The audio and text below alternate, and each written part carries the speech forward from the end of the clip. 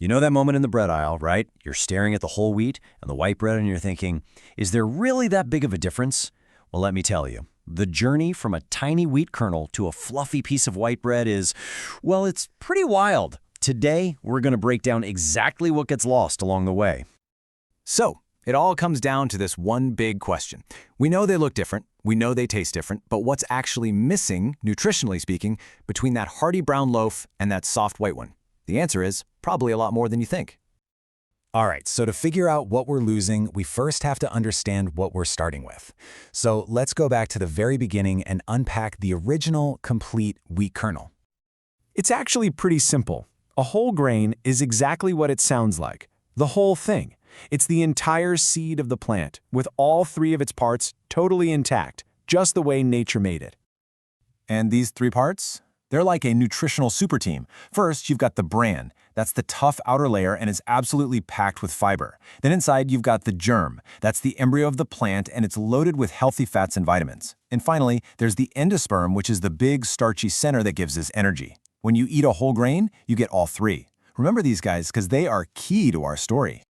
Now, for most of human history, we ate the whole grain. But with modern milling, a new process came along. Refining. And this is where our story takes a really dramatic turn. And here's the most important part. The whole point of refining is to strip away the bran and the germ. It literally throws out that fiber-rich coating and that vitamin-packed core, leaving just one thing behind, the starchy endosperm. So what happens when you throw out two of the three parts? Well, the nutritional loss is just staggering. Let's really dig into the numbers here. We'll start with whole wheat as our 100% baseline, and then watch what happens. Okay, check this out. Vitamin E, a really powerful antioxidant. In refined flour, a whopping 92% of it is just gone, stripped away. You're left with only 8% of what you started with. How about vitamin B6? You know, the one that helps our bodies get energy from food?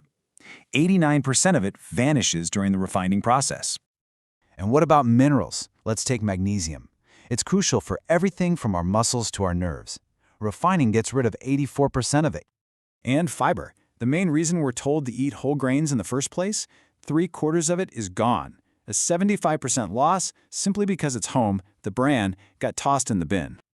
You might think protein is safe, but nope, even that takes a hit. The process strips away about 22% of the protein that was in the original grain.